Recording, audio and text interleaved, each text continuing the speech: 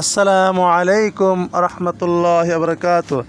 জান্নাতে 5টি জিনিস কখনোই পাবেন না।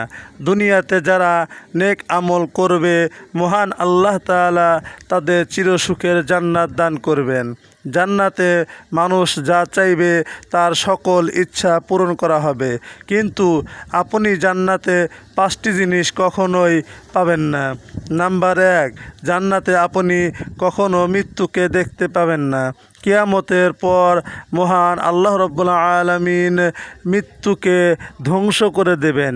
তাই জান্নাতীরা চিরকাল জান্নাতে থাকবে, তাদের আর জান্নাত থেকে বের হতে হবে না। জান্নাতের সকল নাজ নিয়ামত তারা উপভোগ করতে পারবে। নাম্বার 2, জান্নাতে কখনো একজন আরেকজনের সাথে হিংসা, ঝগড়াঝাটি, হিংসা বিদ্বেষ এগুলা কখনোই করবে না, কারণ আল্লাহ তাআলা জান্নাতীদের মন থেকে চিরতরে হিংসাকে দূর করে দেবে। নাম্বার 3, জান্নাতে কখনো জান্নাতবাসীদের ঘুম আসবে না। মহান আল্লাহ রাব্বুল আলামিন জান্নাতীদের চোখের ঘুম ও ক্লান্তি দূর করে দিবেন, যার ফলে জান্নাতীদের আর কখনোই ঘুম আসবে না।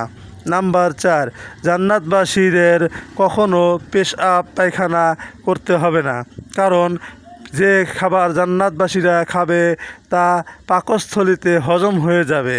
নাম্বার 5, জান্নাতবাসীরা কখনো বৃদ্ধ হবে না, তারা চিরকাল যুবক যুবতী থাকবে। সুবহানাল্লাহ।